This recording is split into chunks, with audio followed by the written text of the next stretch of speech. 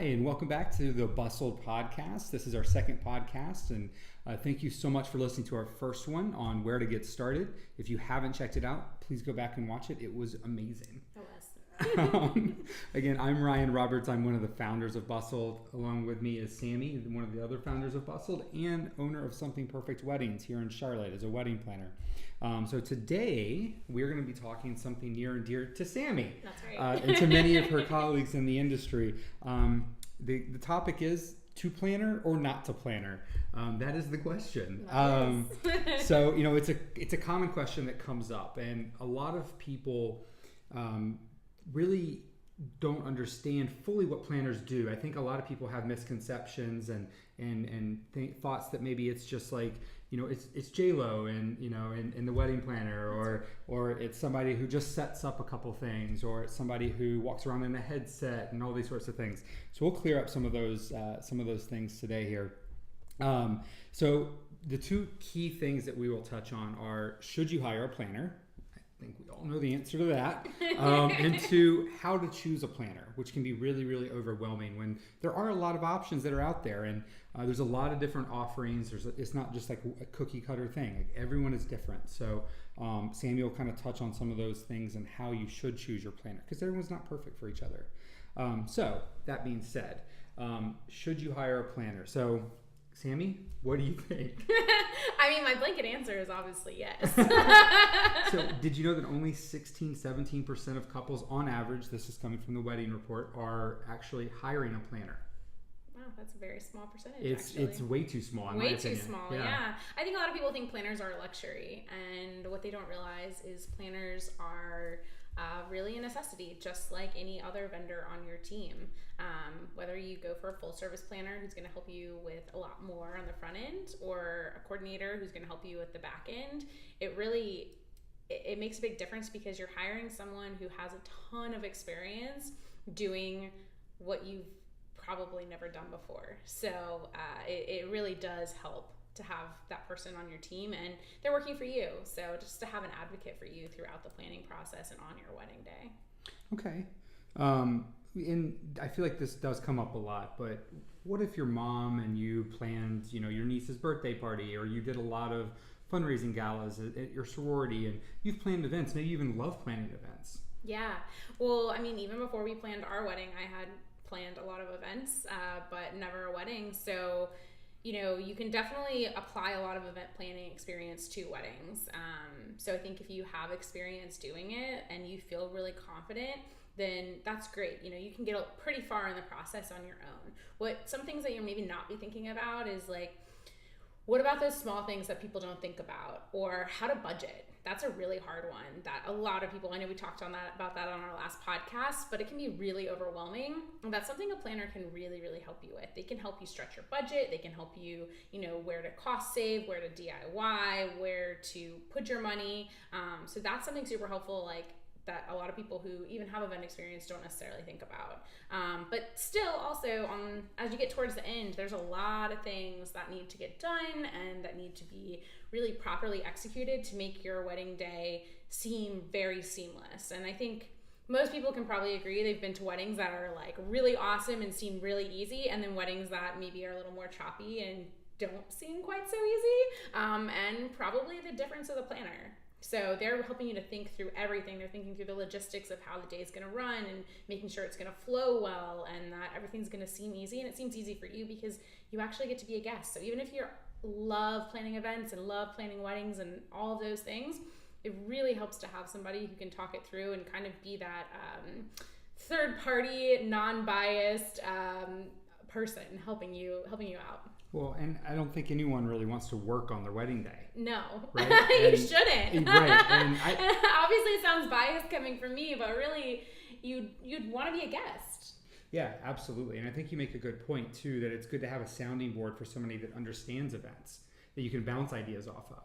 I think that's super important with not just wedding planning, but really life in general. People that are just exchanging experiences can help you see things in a different way. Yeah, and like even a lot of times your friends aren't getting married at the exact same time as you or in different places. So as much as you can talk to them about your wedding all day, every day, maybe they don't want to hear about it all day, every day. So it's nice to have someone who you can talk about weddings, you know, nonstop with, and who can help you with all those things and just provide guidance that you otherwise wouldn't have, that really helps to make it easier, because planning your wedding should be fun.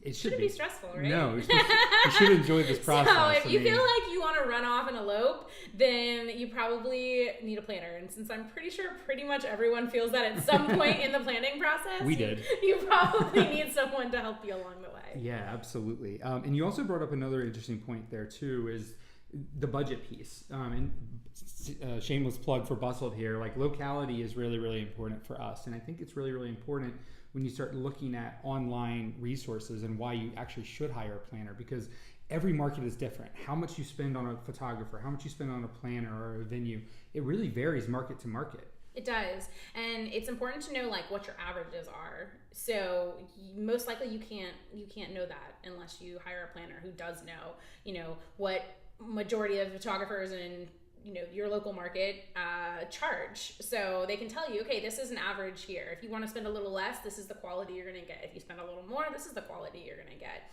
And so if photography is really important to you, then they can help you with that. And I know we talked about this last time, but prioritizing and spending the money where it's going to matter. You know, is it going to make a big difference on having an open bar versus just a beer and wine bar, band versus DJ? Like all of those decisions are things that a planner can help you to talk through. Yep. And especially when you hire someone on at the beginning, they can help you, as opposed to what happens to a lot of couples where you just go on and, you know, you're like, oh, I found the venue of my dreams, I'm going to book it. And then all of a sudden 50% of your money is gone from rentals and food, or maybe 60, 70%. Maybe you spent almost all your budget on just that one piece, but photography was super important to you and now you have no money left for that. So a planner can really help to kind of set expectations and make sure that you're getting what you actually want. Yeah, I think that's a great point.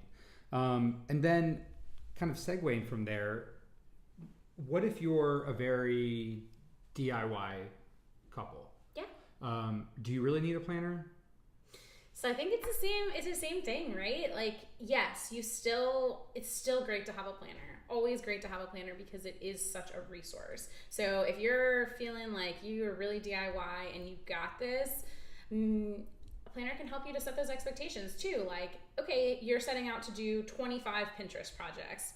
That might seem really easy right now and you have a year and all that stuff, but then what generally happens is you get down to that final month or 2 months and you're like, well, I've done one Pinterest project right. And I have 24 left to tackle. And who's going to actually put them together when it comes wedding day? Right, who's going to put them together? And also, like, especially with DIYing things, like that's something you want to talk to your planner about. You know, are they going to help you set that stuff up?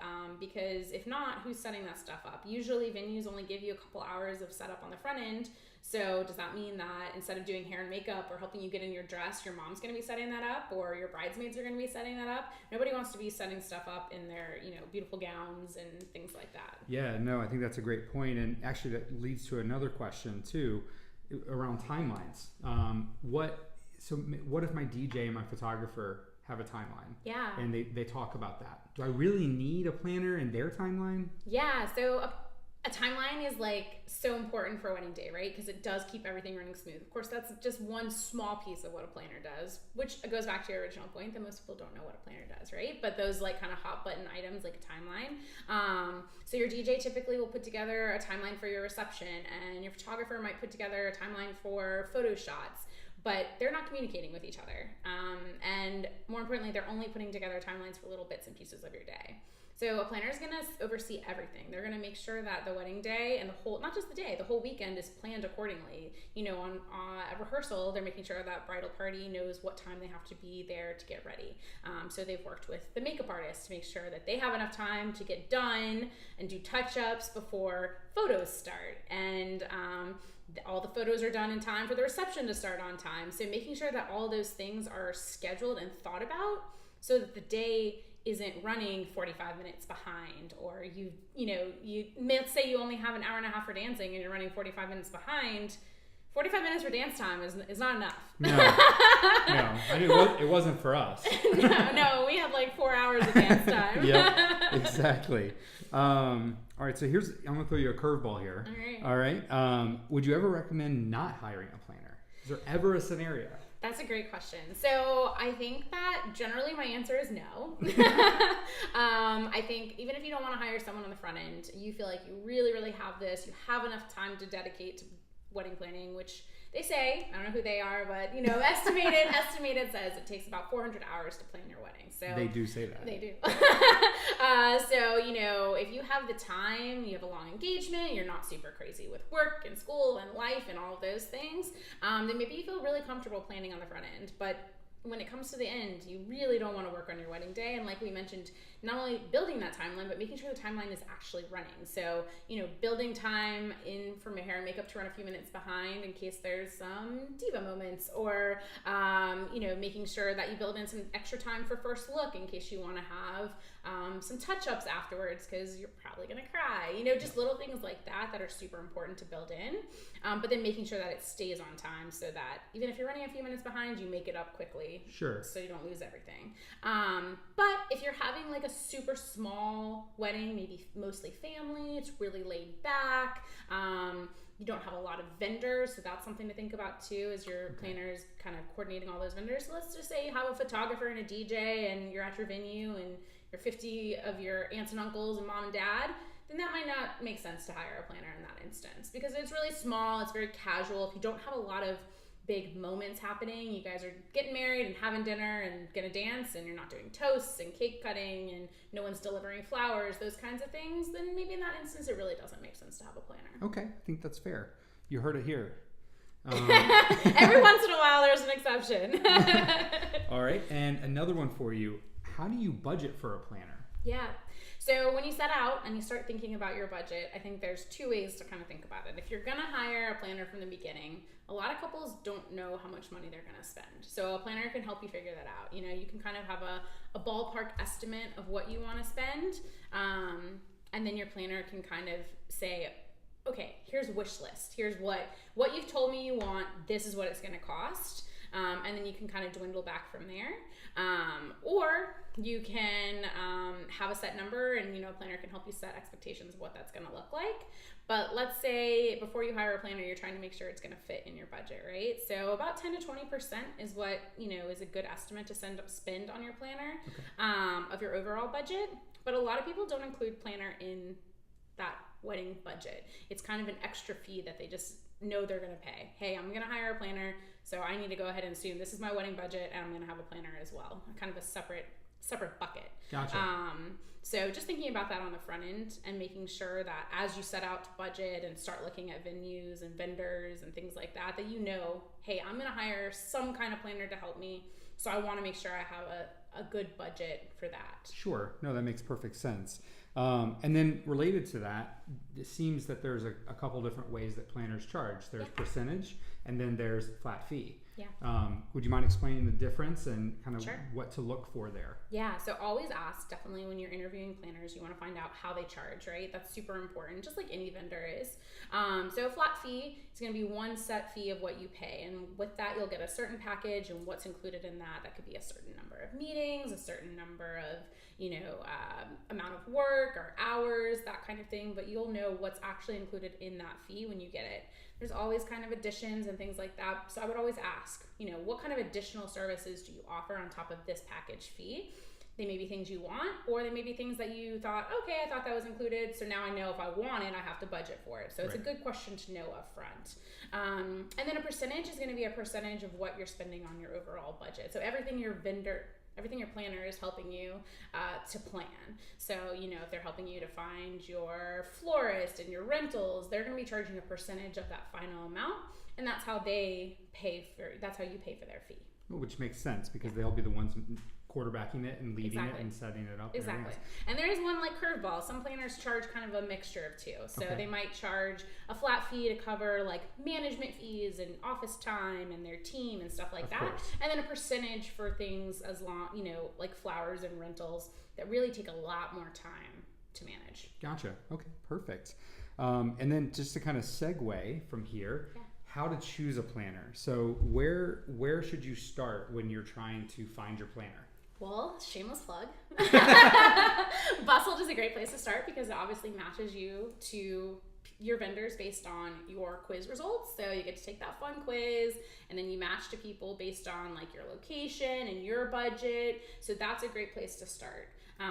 I would say once you kind of have your top people, then you want to start doing some research. Make sure you read the reviews on Bustld, look at their websites and their Instagram, get an idea of what their style is like. Do they have one specific style? Do they do a whole bunch of different styles?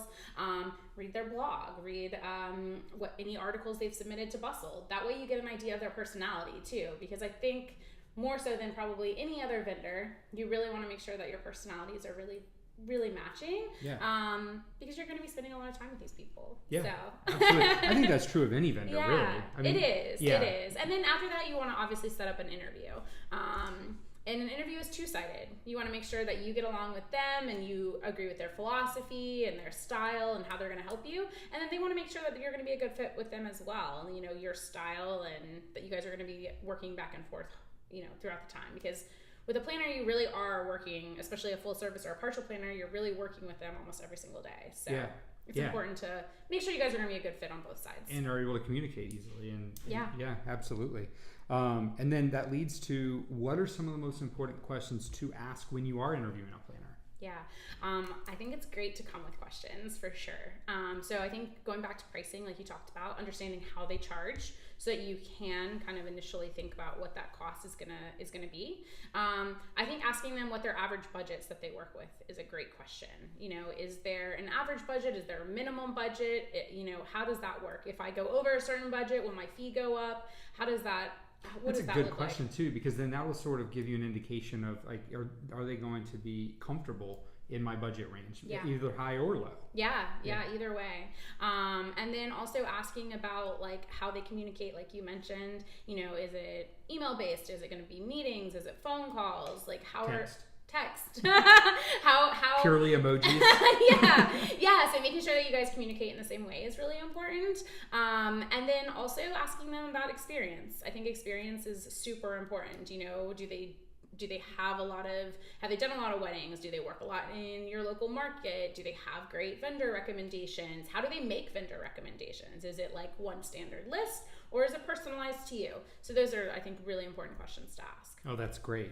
And then there's a lot of different types of planners, right? Yeah. There's day of, there's month of, there's partial, there's obviously full. And they all have fancy names. They all have fancy names and cute names. And, sorry, I'm just remembering all the fancy names we came up with. That's right. For something perfect. And then, a la carte. And then now we're starting to see the onset of just like online planners that you can reach out to. How do I choose? How do I figure out which one makes sense for me, makes sense for my budget? Like, where do you start? Yeah, I think it's good to do some research on your part before you go to the meeting. I think that when you're in a meeting with a planner, that's a great resource. They can help you kind of decide, okay, this is your budget, so this might be a good way. Or you say you have a lot of time, so maybe a partial planning package. Or you feel like you really don't know where to start, so full service. They can make a lot of recommendations in that meeting. But if you're kind of trying to figure that out before you go, I like to think about it like coordination is really help with kind of the logistics of things, just the last minute stuff. So month of, day of, whatever people are calling it. At the end of the day, typically they help in those final weeks and on wedding day itself. And so what's most important is you want to make sure that they're going to touch base with your vendors, help you with your timeline, help you make sure that kind of those final details are coming together. And that's great for couples who, like we talked about, have a really good hold on planning. And then there's partial and full service planning. So partial is kind of all over the board. So that's right. If you're thinking partial, definitely get a lot of details on that, because I feel like every planner offers something different. But really, it's kind of help with some things and other things you handle on your own. And then your full service planners is help with everything. And a lot of people think, hey, I don't want a full service planner because I want to be involved. Most full service planners want you to be involved. Right. So that's a question you can ask if it's something you're worried about. But even though they're helping you with every single aspect, you're still planning your wedding and getting that experience. You're just relying on them for everything. So they're going to help you with vendor recommendations and venue search and logistics and design and all of the things that go into the wedding day. So they're really on your team from the beginning. So you want to hire them like before you get a venue or right after getting a venue, so that they can help you with everything else from there on out. So your full service planner doesn't just throw together a wedding and you just turn up on your wedding day? They can, but you don't, if that's not what you're looking for, right, then it doesn't have to be. Right, no, I'm just, yeah. Okay, perfect. And then another question that comes up a lot is when your venue has a venue coordinator. Yeah. What is the difference between a venue coordinator and a planner? Yeah. So that's a really confusing one for couples, especially because a lot of people, as soon as they get engaged, looked at venues. And so a venue will tell you, hey, we have a coordinator on site. So I think the biggest difference to think about is the venue coordinator is paid by the venue and your planner is paid by you. So they work for two very different people. So your venue coordinator is typically in charge of everything related to the venue. That means replacing, toilet paper in the bathroom, making sure lights are on, fixing, light bulbs or little things that go wrong with the actual venue itself. And then making sure, if you have catering in-house, they're managing that. So they're taking care of the things that are related to the venue overall. They're going to be the go-to resource for your planner. These two people work really, really closely together because if the planner has a question of like, hey, where's the electricity, or we need more tables or chairs or anything like that, the venue coordinator is like the go-to on wedding day to help with that. But your planner is taking care of you. So they're taking care of everything related to the venue and everything else. So all your other vendors, transportation, beauty showing up on time, helping with photographer if they needed, help with the first look, rounding up people for family photos, all of the other things that go into it, making sure the flowers are the right color when they're delivered, the linens are set correctly, toasting flutes are where they need to be when it's time for toast. All those little things is what your planner is taking care of. That's a lot of little things. That's a lot of little things. That again, with a planner, it makes it seem very, very seamless. Yeah. Oh, that's great. Well, I appreciate you kind of talking about some of these things on whether you should hire planners, should not. We talk about planners all day long. I know. But we don't want to do an 8-hour podcast, That's right. and I don't think the listeners would stand for it. That's right. But I guess as far as in closing here, what are some key next steps? As far as should you hire a planner, how to choose a planner when everybody walks away today. So there's some great articles on Bustld about kind of the differences between planners and questions to ask. Shameless plug. So I would say do your research to start. Look there. I would start looking at planners. Again, shameless plug on Bustld. And then start checking out their Instagram and looking at reviews and things like that. And then from there, I'd recommend setting up some consultations. Typically, the consultations are complimentary, so you can get to talk to them, get a good feeling of what kind of packages they offer and what might be a good fit for you. Perfect. Yeah. Well, thank you so much again. Thank you guys for listening today.